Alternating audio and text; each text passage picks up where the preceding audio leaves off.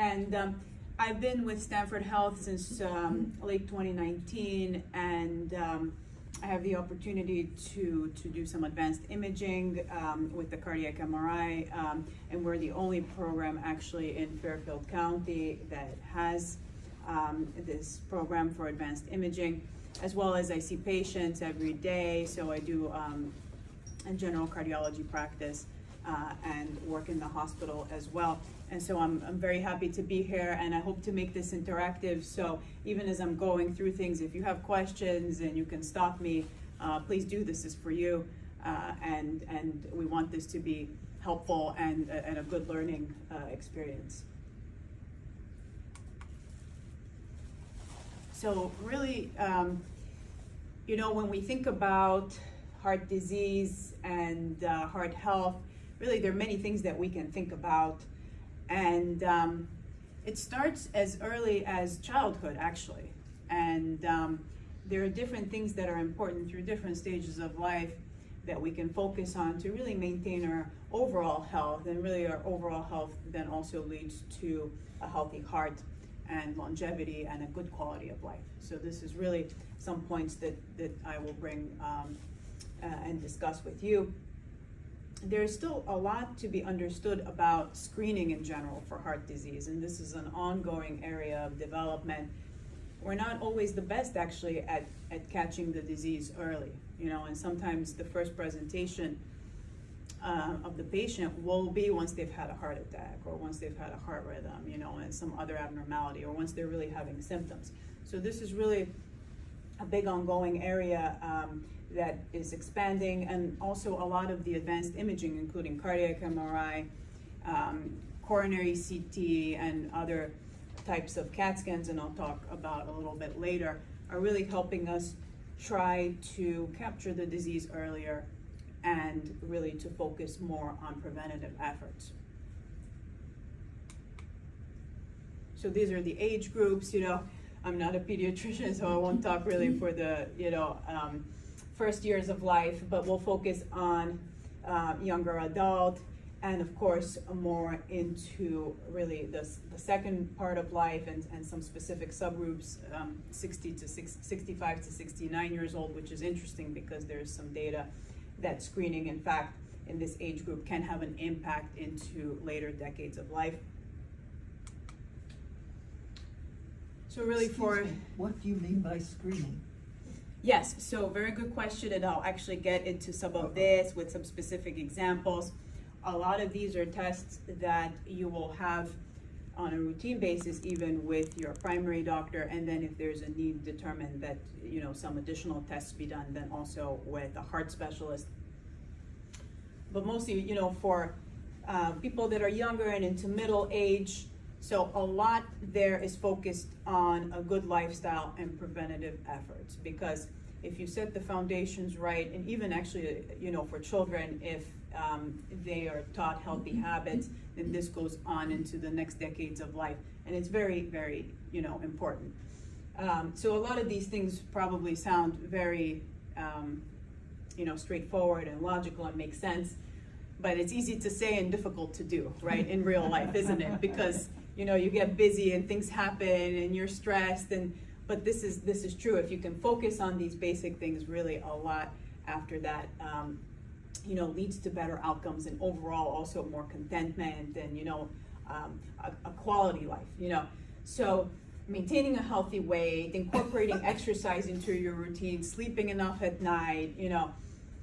And in fact, so the exercise part in the routine, there are some studies, and this is a difficult area to study because there are a lot of variables here, and to really standardize and to really isolate the effect of exercise alone is difficult.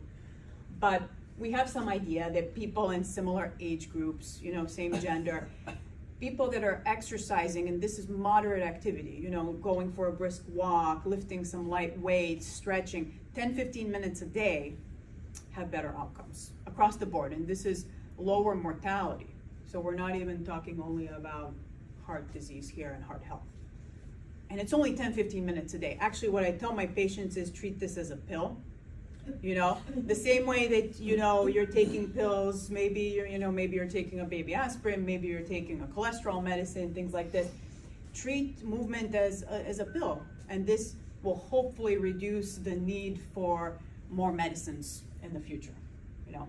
And the nice thing is you don't have to be exercising a lot every day or very intensely to get benefit. Actually, let me see. So I'm gonna get into this, so you know what the lady here was asking me about, you know, the risk scores for heart disease and stroke and cholesterol screening. So, you know, these are some of the basic screening tests that start from, you know, from your regular appointment, and then can go further into more detailed testing depending on the need. The whole idea here is to screen from a population, and thankfully really complex heart disease and, you know, high risk heart disease is relatively rare among the population. The goal here is for us to identify people, you know, our patients that come even for well checks who are really at higher risk, and to really help them be as healthy as they can. And of course, a good, you know, resource for this, you know, you'll see our website later on as well, but the American Heart Association, heart.org, really has some great, you know, pages with some specifics about, you know, what kinds of exercise routine to have, and even some specific examples of exercises and things like this, types of diets, you know, recipes. So really a good resource to know and to use, and it's all free. Okay, so getting into some of this, you know, screening questions and, you know, what would your doctor look for? You know, what really makes you higher risk? So family history of premature cardiovascular disease. So premature cardiovascular disease means that you have first degree relatives, men, who start having heart disease in their 40s to 50s. So that's, you know, considered young for men. Women, about 10 years later. You know, so women catch up really after menopause. But family members, especially first degree, with such history, this is considered a significant family history. And then, you know, of course, so you're always checking your cholesterol, right? And your doctor is always talking to you about the different fractions and so on. So there's some really that we are always doing, and then some that are more granular. We'll get into that a little later. But the LDL and the triglycerides are always checked. You know, so these are two fractions that are linked to more adverse events, heart-related, the stroke, and so on. So we watch this, and what we really want is to bring them down closer to 100, even in people that don't otherwise have events. Kidney disease. Then with women, you know, the more information now we get is that actually pregnancy history and the course of pregnancy, have there been any complications for the mother, is actually a very important predictor of heart-related events later in life. And then some inflammatory diseases, and then some things you cannot change, just like family history, you know, high risk race and ethnicity. So really the South Asian, you know, is a higher risk, and we know this. And the cutoffs there, even for determining, you know, when to screen, are different. So all of this comes to, huh? Could you go back? Yes, of course. Are you saying that arthritis Yeah. exacerbates?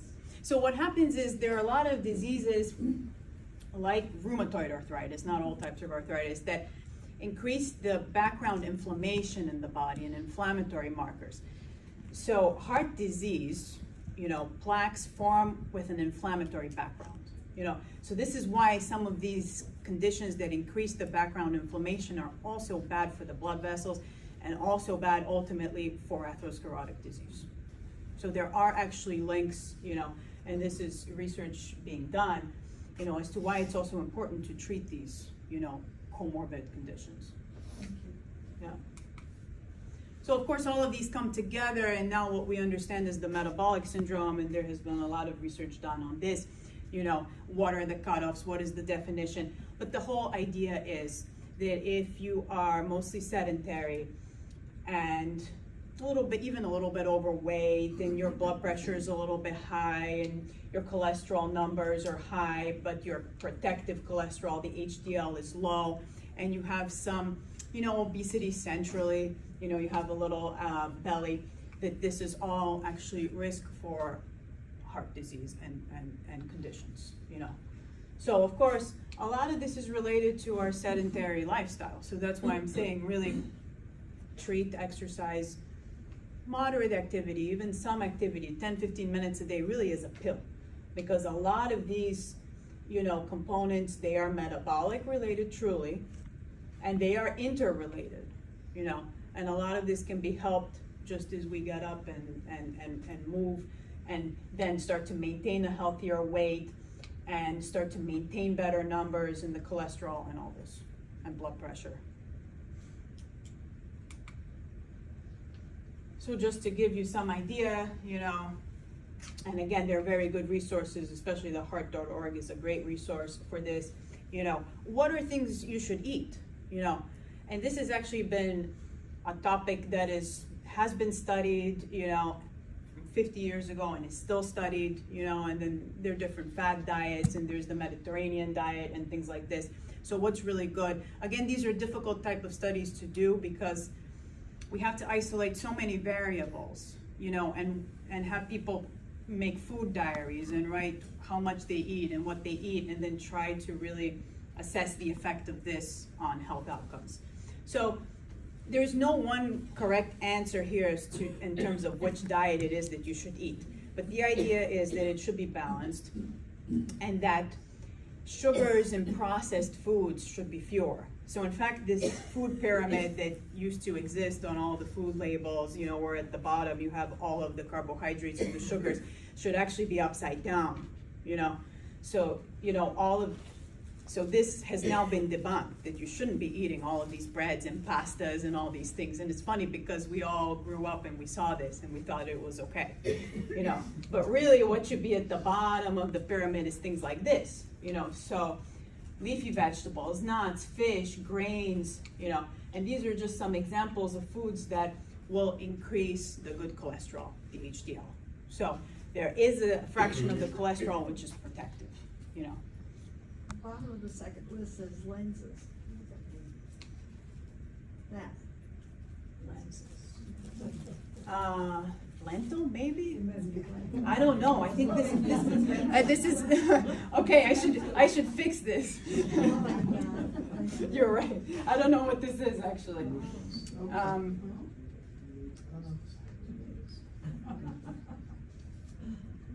Thank you for pointing it out. Yeah, this should be lentil. Hello. Very surprising to see black tea. We've always been told that green tea is the healthier. Yes, and I have to read more about this. I don't know exactly which components here are considered really that healthy, But I know, yes, the green tea is generally, that's true. You won't find people that disagree with that. I think part of it, from my understanding, is the black tea with the caffeine. People tend to drink sodas, and there's other much more unhealthy ways of getting caffeine. So if you do want to pick me up, black tea is obviously better than some of those other alternatives. And the other thing is now that there's data that coffee can be good for the heart too. Right. So. But And not everything, too much. if you walk away with one thing from tonight is everything in moderation, and you won't go wrong, And what happened to the red wine that was? Good question. That keeps coming and going, just like eggs, it's in and out of fashion, Now they So, say no alcohol. so I have to check what the status is today of these things to tell you the updated, So this is what I'm talking about. This is actually a snapshot of the heart.org, the American Heart Association website. Again, all of these things are here and they're free, and really they're good life tips. It's not just me or your doctor lecturing, theoretically. This is actually practically how to go about doing some of these things. So now I want to get a little bit more in depth in terms of screening. And as I told you again, this is an active area of development within our field because we a lot of times haven't found a great way to screen people, and a lot of times we will meet patients first when they already have their disease apparent, So this is the holy grail really of our field, is how How do we, and we're quite good at treating now a bunch of conditions, and people live well. But the idea, of course, is to catch things as early as possible and even before they develop, really. So this is, this is a big part of our field. And this is an interesting study. I thought I'd bring it up. It is a little bit controversial, so I'll tell you why it's controversial, but it gives us a hint of also some helpful screening tests. So it's called the Dankavas trial. And basically what it found was, and then I'll go into the details, but what it found was that in a Danish population of men, a big subset of the population, screening with certain tests between the ages of 65 and 69 ended up with reduced mortality in that group that were screened.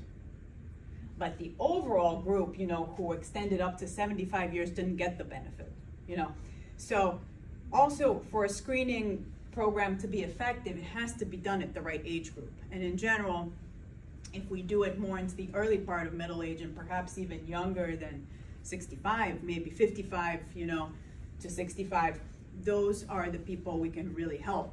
And of course, they have longer expected, life expectancy. And so, of course, the benefits are bigger. But overall, this is interesting that this is the subgroup in this study that actually showed the mortality benefit. The rest of the study overall was actually negative, So it looked the same as if you were screened or not screened, Okay, but basically, and this is nicely done. A population that overall are quite similar to each other, from a Scandinavian country. Men 65 to 74 years of age from 15 municipalities in Denmark. So that is over 45,000 patients were invited into a screening program. So in a 1-to-2 ratio. So some were invited and some said, and to some, they said, just go to your usual care. And so what was the screening? So the screening involved a CAT scan. So the CAT scan actually had an EKG, so had a heart tracing. So they were also looking at the heart rhythm. But they were looking for calcifications in the heart arteries and the size of the big blood vessel called the aorta that comes out of the heart, and also how big it is in the abdomen. Because these are conditions, when it's enlarged, it's called an aneurysm, that can kill you. Because if it continues to enlarge, it can burst. So this is what they were looking for with this. Then another screening test, brachial and ankle blood pressure. So this is very simple. You're basically measuring blood pressure in the legs, at the ankles, as well as the usual place in the arm. And you're doing a ratio of this. And the ratio, if everything is normal, should be close to 1. But if there is disease in the blood vessels of the legs and the feet, then this ratio will be less than 1. Okay, and this has actually been shown to be a very simple test, but very predictive of disease. And then, of course, they did some blood tests for cholesterol, and is it prophylactic treatment? Yes. So those are the tests that they did. So again, I told you that the overall mortality difference was not significant, but in the age group between 65 and 69, so actually the younger cohort in this group, there was a statistical significance of benefit, that mortality was lower, and also this resulted directly in patients being placed on appropriate medicines. So whoever needed to be on aspirin and the aspirin-like medicines was more likely to be placed on this if they got screened, And then also cholesterol-lowering medicines. Well, why? Because they had the cholesterol tests. And they were also more likely to have a repair of the aorta, the big blood vessel, if it was found to be dilated. Well, yes, of course, because otherwise the others you wouldn't have picked it up. And interestingly, they also were more likely, of course, to find any issues with heart rhythm, something called atrial fibrillation, which as we get older is more and more common. And it is a big risk factor for stroke if it's untreated. So this little EKG strip that they did, while they simultaneously as they did the CAT scan, was also helpful with looking for these heart rhythms. So overall, a very interesting study, and not extremely resource intensive, but it seemed to be really helpful in a subgroup of people. And actually, the Danish and overall, the Scandinavian groups, they like to do these types of trials. So there are other trials and there's some ongoing. So this is an interesting area to watch. Excuse me, Yeah. how would you compare the Danish population to the American population? Yes, so it's not a direct comparison, and we're much more of a varied population in terms of ethnic backgrounds. So, I don't, the data we have to take with some grain of salt because it doesn't directly translate, We're a much more varied population, they're much more similar, and also it was only men. But they said, the way that they justified this is they said that women tend to be much older by the time that they have these conditions, and they really wanted to find the optimal age for screening patients, and that's why they took men, because men have heart disease and heart disease related issues about 10 years earlier than women. And can I ask, do you, because my husband frequently is at the cardiologist, and that those are not all tests that they do on a every 6 month basis or anything. Right. Like, for instance, the blood pressure of the, when you're saying in the leg, is that something that is done Routinely? Yes, is something that you would do routinely? So we have all of these in our arsenal. I would say the most common and routine test that we do of these as a screening test, and I'll go a little bit more into it, is actually the CAT scan related test. This is something called a calcium score, and I'll go into this a little more. Okay.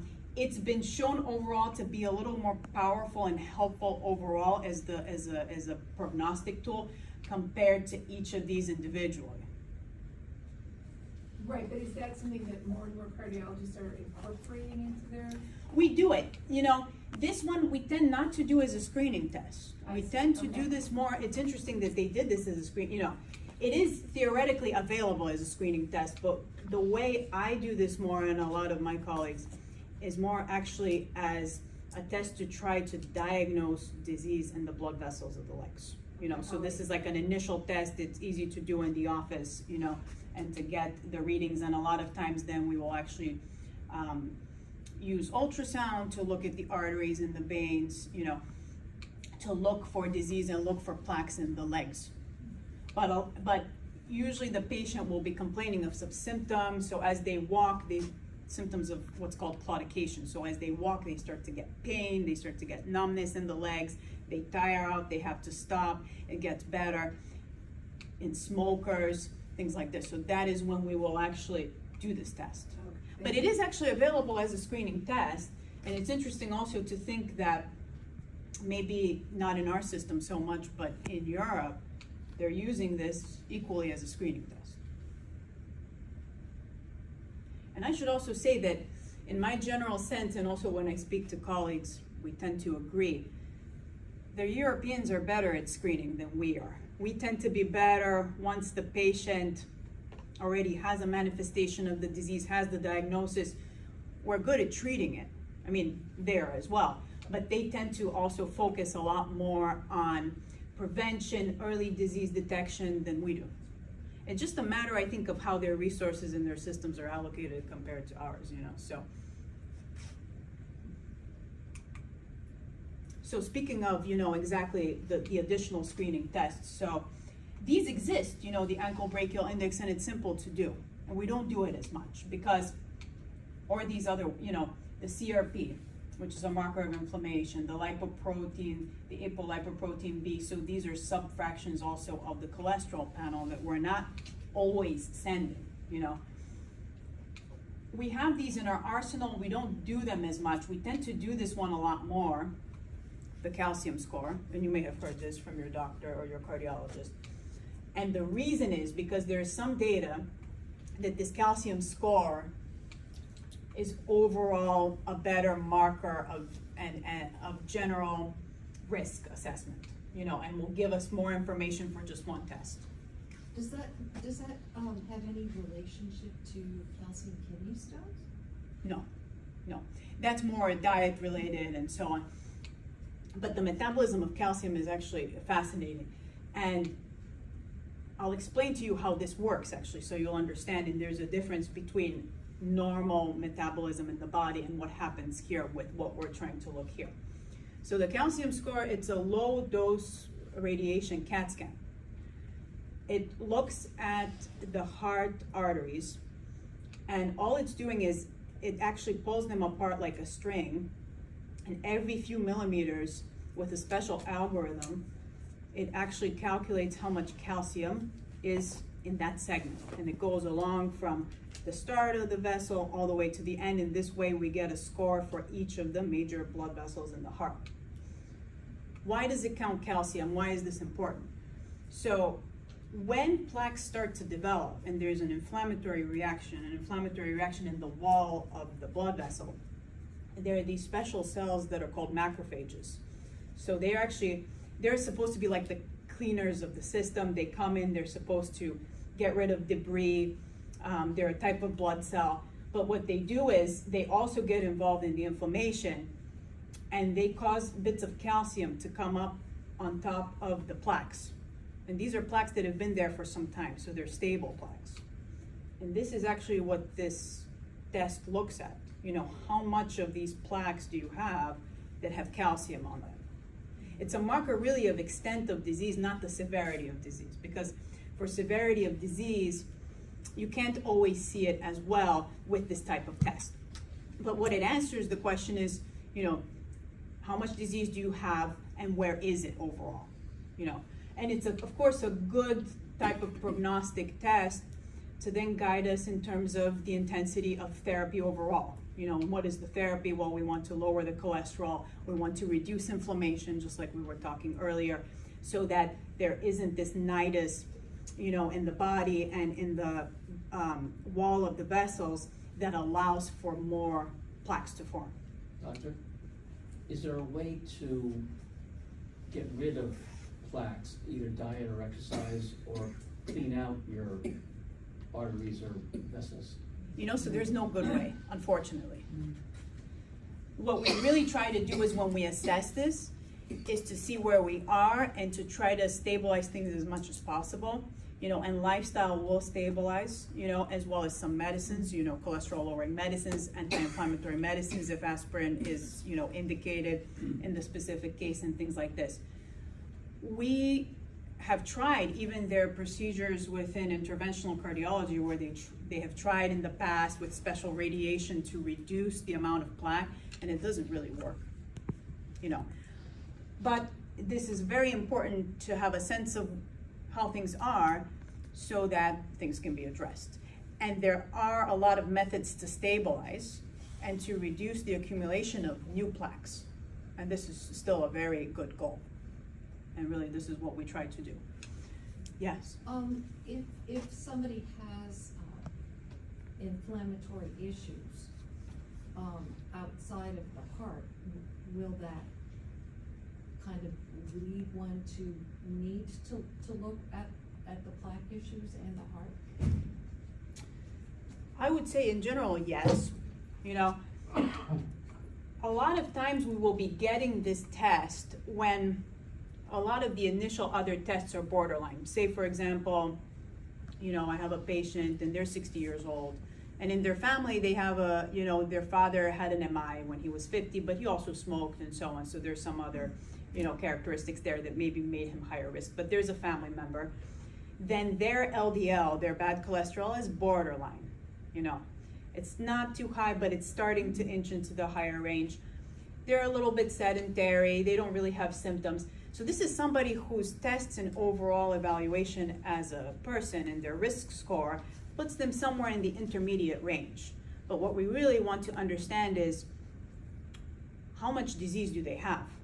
And so this test comes in as a helpful additional test. So we tend to do this a lot because a lot of people, you know, with the risk scores that we have will end up being in a big borderline bucket. And that borderline risk bucket is from 7.5% to 20%. It's a big bucket, you know. So are you more towards the lower end of 7.5, or are you more towards the high end of 20, which makes a big difference, of course, you know. And this becomes, you know, so with any of these tests in general, we can be a little more granular if there's abnormality in them. it tends to put you in the higher risk. This one is nice because not only does it answer a question yes, no, it answers a question of degree, you know. Does, what about people that might have the genetic marker for rheumatoid arthritis, and Crohn's, and MS and things like that? Is that? But without expressing it or with having the disease? No, without expressing it. Without expressing. You know, this is an interesting question and I don't directly know the answer, you know. We definitely know that in people that have higher inflammation for whatever reason, and these are good examples, you know, of why you would have a higher background inflammation in your body, that you would be higher risk also, you know, to have plaques and to have heart disease. But I don't know if just having the gene without really expressing much, you know, you would be also. We would have to look and read. So yeah, so this is really, you know,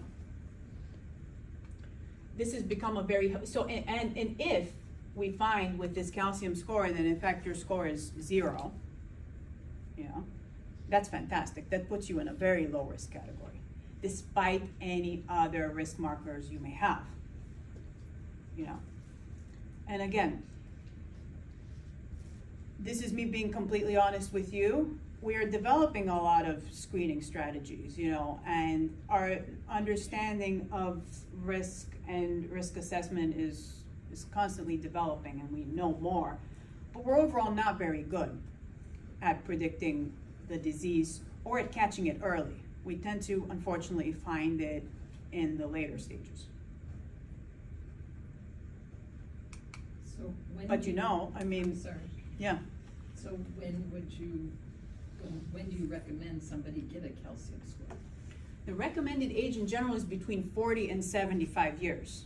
You know, and that puts a pretty big bucket of age, right? You know, and Is that part of like a but wellness really, visit the that somebody best answer to this question is, and also the best answer to which test is really most appropriate for you, or is there even other tests that I'm not discussing?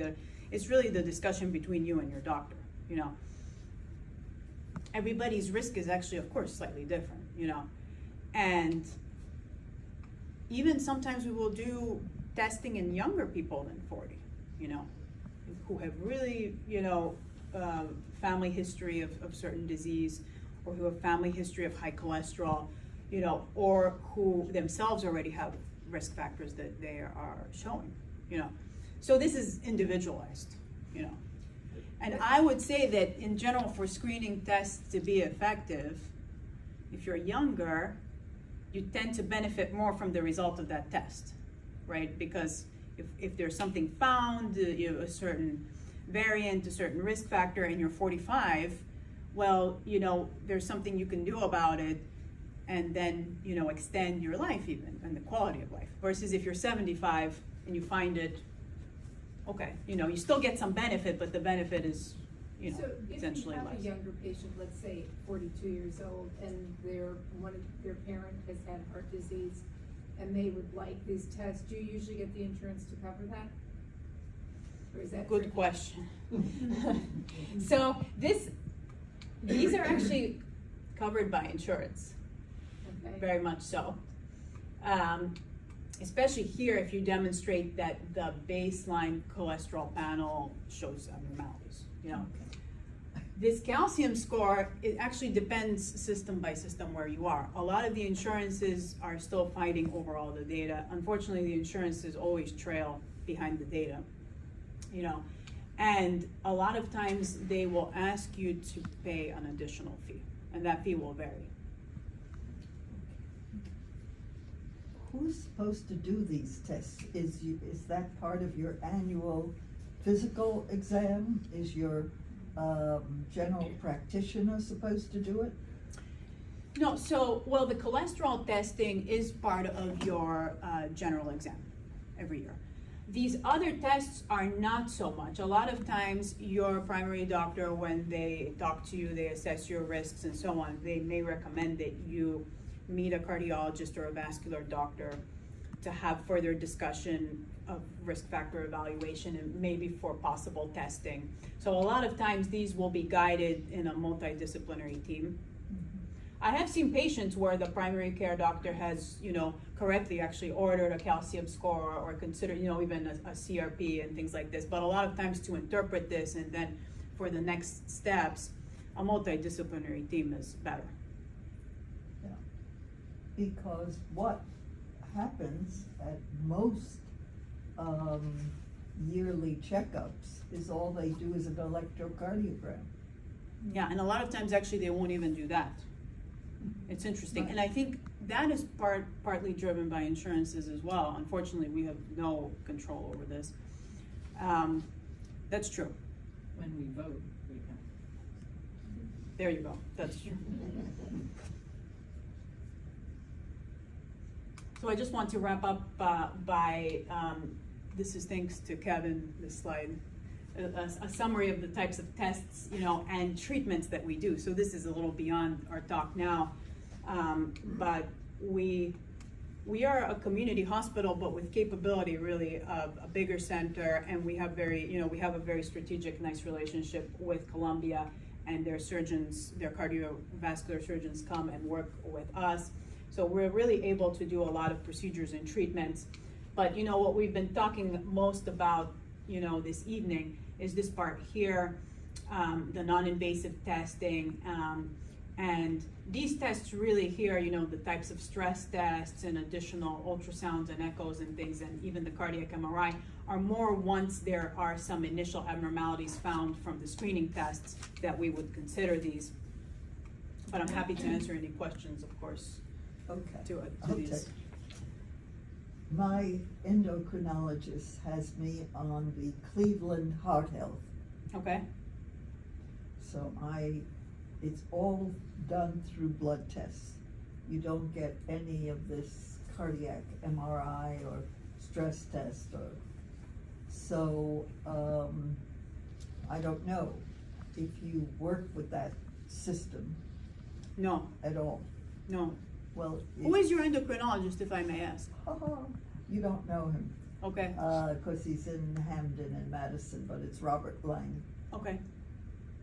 Yeah, I haven't had the And chance to work with He him. says that more people, of course, die from heart disease than from cancer, and yet not enough emphasis is put on heart disease. Yes. So he uses this Cleveland Heart Health. Mm. I'll look into this, thank you. You haven't used that? No, I haven't used that. It's extraordinary Yeah? what it does, yeah. So the other thing I want to just point out here, because we're talking about stress tests, you know, there used to be, maybe 10 years ago, and even more recent, you know, in our guidelines, a recommendation to do stress testing on a routine basis. And now we've moved away from this because we've actually seen that stress tests are not a good predictor of events. You know, they're a good predictor overall of your ability to exercise, and ability to exercise is a protective risk factor in general. And these patients have fewer events, but it cannot predict events. So You know. so the only reason they're doing the stress test now is to see how much you're able to tolerate. Well, for a few reasons you would do a stress test. One is if you came and you said that you have some symptoms that we're concerned could be related to heart blockages, you know, and to more significant disease, and then we would really want to, well, essentially stress and put you under certain conditions to see if this is related. It is now 7:45 and the library will be closing in 15 minutes. There are all items that need to be checked out to the circulation desk. Okay. And the other, you know, and the other setting of a stress test would be sometimes for certain heart rhythms to assess if the heart rate increases normally, to assess if certain heart rhythms occur with exercise, with certain provocations. So, you know, those would be the indications. It's never just now, it shouldn't be. You go to your doctor and as part of your physical, you have a stress test. This has been shown not to be as helpful, you know. Although it makes us all feel good, you know, if you go on the treadmill, you go for 15 minutes and you say, excellent, I'm in very good health, you know, but it doesn't predict the event. So unfortunately, the next month, this patient could have a stroke, could have a heart attack. Okay. For atrial fibrillation, have you ever used the technology that shocks the system back to a normal, The cardioversion? Yes. Are you talking yeah, about? a cardioversion? Now. Cardioversion, Yeah, yes. do you do that in Stanford? Yes, yes, yes, we do this. This is a lot of times a first line type of treatment for the AFib, and depending on how long the patient has been in the rhythm, can be very effective, you know, to get you back in a regular rhythm. And it We has do. worked? It works, yes. What is the downside? What is the downside? Well, a few things, of course, you know, so you get some anesthesia and things like this, so just procedurally around the time, but overall, it's a very safe procedure and tolerated among people of different age groups, you know, from younger to older.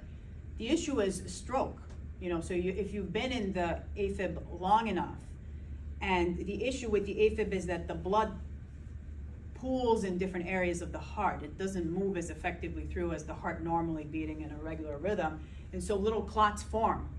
And these little clots, once you get back in a regular rhythm, can also then travel outside of the heart and go into the brain, go into other organs, so there is a risk of that. But in the appropriate setting, if things are checked, you know, there's a way to ensure that you don't have clots in the heart. You know, there's a special ultrasound test that we do a lot of times before the cardioversion. And we ensure that there are no clots before we even do this. So there are ways to make this safer. So if someone does have a clot, but a cardiologist is suggesting, I guess it's the ICD, so the defibrillator, I'm calling it a defibrillator that they place. Yes. You would not recommend them having that defibrillator placed. Correct. In general, any clot anywhere in the heart, we tend not to do any procedures. We wait for the clot to resolve. The patient will be on a blood thinner, and then things will be re-examined depending on the case, depending on the situation, and the appropriateness of doing so. Once the clot has, and that would be like an Eliquis thing where that would make the. Eliquis is an example of a blood thinner. You know, the old one is Coumadin or warfarin. We've moved away from this now to a great extent because it's more difficult to take. You have to follow a certain diet. You have to check levels, and it's also less effective. Than You know, Eliquis. yeah, than Eliquis and others, Xarelto, Pradaxa. So they're all in the same category. How effective is Eliquis in these drugs? Very effective, actually. You know, all of these, they're big trials actually studying the effect of reducing stroke risk and the bleeding rates with these medicines, quote unquote new, they're not so new anymore, as compared to the standard, which is warfarin. And they all actually do either the same or better. And they're all, in terms of bleeding risk, actually safer. So they've revolutionized our ability to treat patients, to reduce risk of stroke, and to do this even in patients that before, because of the way that Coumadin was given and the issues with it, we couldn't even do this. What's your view on low-dose aspirin? Oh, yes. I was expecting actually this question at some point. Yeah, so this is a bit of a controversial topic. I mean, my answer to you in general is that this is a discussion specifically between you and your doctor who knows you, you know, and the particulars of your health and conditions. But overall, what we now know is with decades of data and looking back and reanalyzing it, is that aspirin is very helpful in general if you've had a heart event, if you've had a heart attack, if you've had a stroke, but it is not so helpful overall in the general population to reduce risk of these. If you are a very high-risk patient because of a number of different markers and comorbid conditions, you may still benefit from it. But overall, the use in prevention has diminished. But again, you know, the specific answer for you actually is to speak with your doctor and see really what's the best approach, you know. Yes.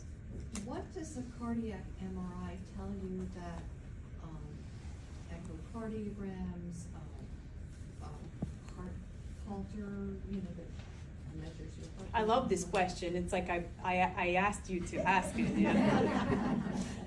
Because that's one of my favorite, you know, things in cardiology. So the cardiac MRI is a very detailed assessment of the structure and function of the heart.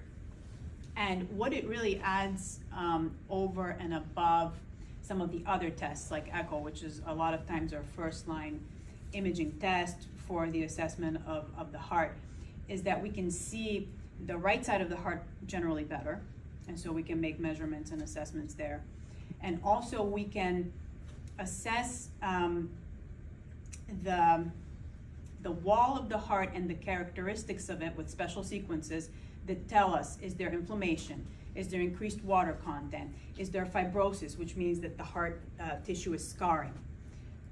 It's the closest we can come to a biopsy, you know, to taking a piece of the heart tissue and looking at it under a microscope without doing that. And, you know, and MRI sequences allow us to do this. No other test does. So this test tends to be very good for us to assess the characteristics of the heart wall, you know, and how healthy is it, or are there already processes in it that are unhealthy, as well as to assess the size, the function of the different chambers, of the different valves, which are the doorways between the chambers of the heart, and all this.